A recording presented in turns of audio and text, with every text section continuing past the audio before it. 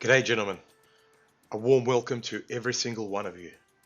This presentation is pretty much to show all of you that you cannot defeat the system that's put into place, specifically if you try and play their game. Even if the male is a winner, he comes out the loser. Now once again, I'll use a complaint that I had previously made to the Department of Community Services and back up that complaint with different evidence to give this video that extra depth. Some men just don't see how deep this goes. Can you imagine all the men that in the past who had similar issues yet didn't have any evidence for their own selves in order that they don't lose their sanity? How did they keep their sanity? Did they commit suicide? Are they still around?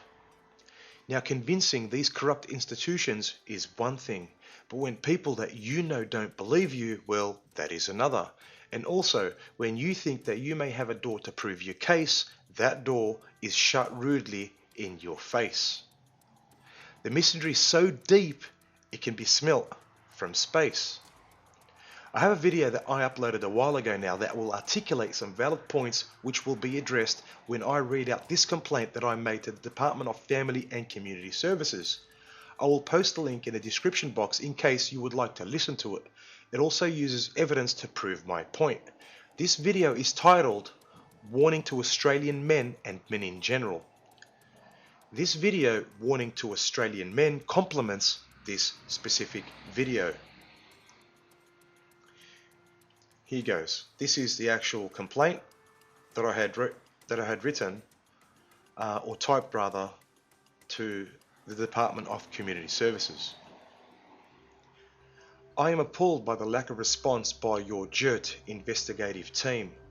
My children, especially my daughter, are in harm's way, including serious risk of child abuse because of a mother who has clearly coached her 3-year-old daughter at the time, after you, Family and Community Services, have been offered evidence that exists in many ways, shapes and forms, inclusive of video, audio, paper documents, and even falsified injuries that were used in court by the mother to paint me as an abuser. I still have no contact with my daughter because of the lack of action or even lack of concern from Family and Community Services regarding my children, specifically my daughter. False sexual allegations are a serious crime that you are not taking seriously.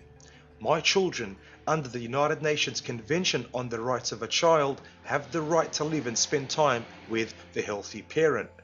Family and Community Services have and are violating this right that my children have. I may have been shocked that the mother had used falsified evidence in court on Friday, the etc. at etc. local court, but the dust is setting. I should have wrote settling. Anyway, what I am getting to is the following. When the mother was in the witness box, she answered questions. One of the stories that was a response to a question that was asked by her lawyer were words to the effect of, quote, "He, the father, pinned me down using his knees. One of his knees was on my arm and his other knee was on my leg. He was trying to rape me." Unquote. Another false sexual allegation. I am so sick of this BS. And if no one knows what BS is, it stands for bullshit. But this allegation has not come out into the open yet. This does not mean that it is not evidence against her that she is a manipulator. She is getting desperate and making anything up because she knows that she can get away with it, as she has with my daughter. The matter with my daughter where she's tried to get me charged with false child sexual molestation. Anyway, there is more evidence now that can come from the local court in the form of transcripts, audio and images that can be obtained from this local court. This evidence will prove the mother's lies. Furthermore, it is pathetic that the m.g.t.o.w investigation in the secondary assessment stage, page 4 from 5, states that abuse against my daughter is unlikely because of an ADVO, that's a restraining order. Family and Community Services should know that I was not charged, but rather the mother was charged for the allegations that lead up to the ADVO. The police did not charge me, but they did charge her for the same incident that the mother was trying to get me charged for.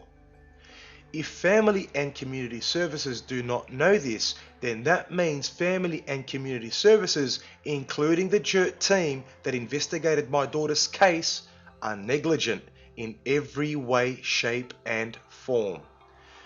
Now, for that prior paragraph that I've just read, this is where the other video, the warning to Australian men and men in general, would, if people want to see myself or listen to myself elaborate furthermore about that specific issue, you can, and the link is in the description box. I also thought for this video that I'd show you some of the pictures that I've taken from the New South Wales Police Cops report that I, under the Freedom of Information Act, requested, because it starts becoming confusing, and the family court will do some gaslighting too. The female will do some gaslighting as well. I did not get charged, as I just stated. The actual charges did not go through. They were eliminated from the inventory. There was 5 charges that the mother would have liked for me to get charged with, but pretty much 5 of them were eliminated from the inventory. Charges including actual assault, common assault. She got charged with biting. It was biting, and anyway, the pages are up there. Carrying on.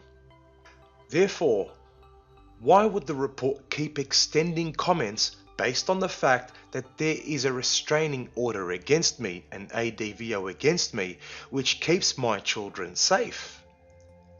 Point 6, which is on the same page, also states, quote, "Mother has acted protectively following her daughter's disclosure," unquote. Really? How?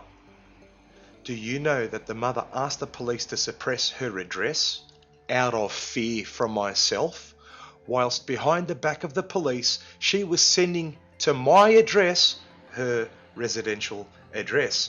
I still have the energy bills with me. Do you call that acting protectively? More evidence. This is pretty much the bill that she sent to my address, and there's 7 of them. That's just one of them. Carrying on. I am sick, but I am not tired, and I will never tire for the true safety of my children. Family and Community Services have an obligation to protect children, and you are failing this obligation. JERT needs to reopen the case and take this evidence to re-examine what occurred, what the motives of the mother are and were, and also see how affected my daughter is by all of this as compared to when JERT first interviewed my daughter. Family and Community Services need to do their job. My experience with the Department of Community Services and Family and Community Services has been pathetic. You are responsible for my daughter's and my son's health and well-being at this current time, and have been ever since my children were taken away from me by the mother and had made these false allegations. The investigation regarding the false allegation was flimsy at best. I have all the evidence in the world that someone would wish to have to prove a mother's lies, coaching, manipulation, deception, including motive. But you do nothing. You must reopen the investigation. The investigation was closed prematurely and is full of errors that can be resolved quite easily, and will pinpoint what is mentioned on page 5 of 5. Sorry, it was a 5-page report. So on page 5 of 5 of the secondary assessment stage 2, point 10, which states, and quote, "A person causing harm has not been identified," unquote. This should read, A person causing harm has been identified, and that person is the mother. If Family and Community Services do not reopen the investigation, then Family and Community Services are allowing this harm to continue on my daughter. If you can't reopen the investigation, create a new investigation. That's pretty much it, guys. That's the actual, that is all of the complaint, that specific complaint. There are more, get into them later. But there were other things that I wanted to cover just so that you guys out there can be aware of. All the people that work for JERTs have been females. All the people that I have ever met in a Department of Community Services were also females. There was a specific occasion, and I've got the dates, where I took the photo. This is the photo, and I'm sure you guys have probably seen it if you've been following this actual chain of events. I went to the local Department of Community Services office and showed him this photo. And if I were to explain to you that the lady that I was showing this photo to nearly had a heart attack, don't think that she had a heart attack for the sake of my kids. She had a heart attack because she just, in her mind, didn't want to believe that a female could do this, because in her eyes, females are perfect. And a man he's an aggressor. That's how they perceive you.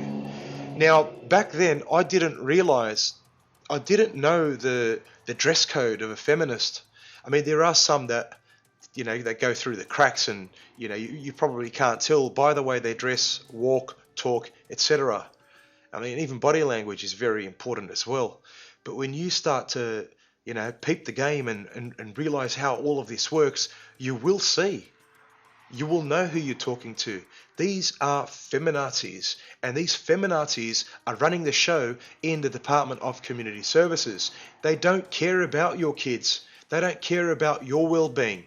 We're human beings, and we need to start talking about our well-being as well, not only the kids, because if our well-being isn't good, then we can't really pursue the well-being of our kids, can we? So we need to be important. We should all be on the same platform. I mean, there's a lot of men out there, and I'll agree with you to some certain points that children are more important. But really, if we can't look after ourselves, how are we going to look after our kids? Anyway, these feminazis are the only people that I have met who were in the Department of Community Services. On another occasion, I've spoken to females that work in a Department of Community Services, and on the phone she's apologized, and she's told me, look, I'm sorry that we didn't inform you that there was an investigation on this matter with regards to your daughter, an investigation into this matter with regards to your daughter and the mother's sexual molestation allegations. I'm sorry that we didn't call you. And when she's actually, and I've asked for a letter, look, can you please send that to me in writing? I think it'll actually be beneficial to my family law matter. So she sent it to me in writing, but she hasn't addressed it like that. She's played around with the words, and she's pretty much articulated that she's sorry about my matter. Being sorry about my matter is one thing, but being sorry for your negligence and for not calling me during the investigation is another thing. Now, why would they close the investigation?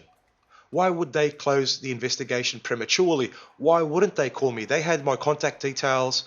They had my phone. They had my address. They could have called me. They could have sent me out a letter, but they don't want to call me because of multiple reasons, including cost-benefit analysis.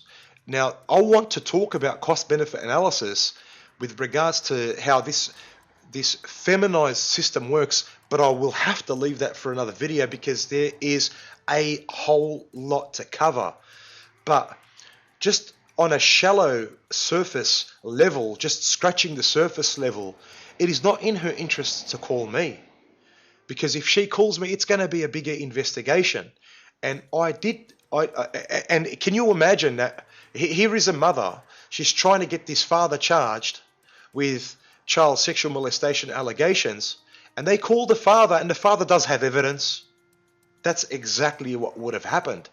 I would have been brought into this investigation when it was open. I would have shown them all of this, and I've said it in this video, whether it be documented evidence, as in on paper, and I've even got evidence that is in my computer. I would have taken my whole computer to them, and it's saved. It's saved before the mother made these allegations. I also had typed up stuff that I knew the mother may go around coaching my daughter. This is lighter evidence, as in, and it's an expectation that the mother might do this due to the fact that I know what type of disorders she has. But apart from that, I have recorded evidence, multiple recorded evidence, video evidence, that they could have taken into account, and pretty much the mother would have had to have been charged. Feminazis don't want females charged. It's against their interest because they're the innocent party. Men are guilty. We're just guilty because we're men, because we have a penis between our legs. That is it. Nothing more, nothing less. There is so much hatred that they have against men that the word misandry doesn't actually cover the amount of hatred that they have against men. Guys, if you have any questions, I want to make a few more videos with regards to this subject. Not limited to the family and community services, but this subject being family court subject, and their satellites inclusive of the police. That's a satellite that orbits around the family court. The Department of Community Services is another satellite that orbits around the family court. If you guys have any questions, please throw them on the comment section. I mean, I take everything that's put up there very seriously, and the future videos that I construct and put up that are like this, I will seriously consider using your questions to pretty much answer with as much incriminating evidence that I have in the future videos. Once again, guys, thanks for watching these presentations. I hope you guys, I mean, I'm sure there's guys out there that do watch this that already know how deep this goes, but you guys that don't realize how deep this goes, thanks for watching, because it's for your interest, it's for your benefit. It makes me feel better that someone else has listened to this, someone that doesn't really realize how deep this game goes. But also, if you're convinced, please pass this type of information on to other men that need help. People, men that are, in the blue pill zone that you think, might need help. Pass it on, get them aware, make them become aware, because this is a lot bigger than what you think. MGTOW is a lot bigger than what you think. This is not MRA. This is not men's rights. This is more than men's rights. They won't give us our rights. We don't have rights. The only rights we have are the rights we take. And a man going his own ways turned his back on legislation and females. He's walked off that plantation. We took our right by walking away from the plantation. When you walk away, they chase you. When you're in their game, you chase the game. That's how I see it. So walking away from the game, they chase you. And you know what? I flip them the birdie. That's the way it is. I mean, you might think, man, this guy, he's very angry. I'm angry. I'm angry. But I understand. And understanding is more important. So once again, guys, thanks again. Peace. Talk to you guys soon.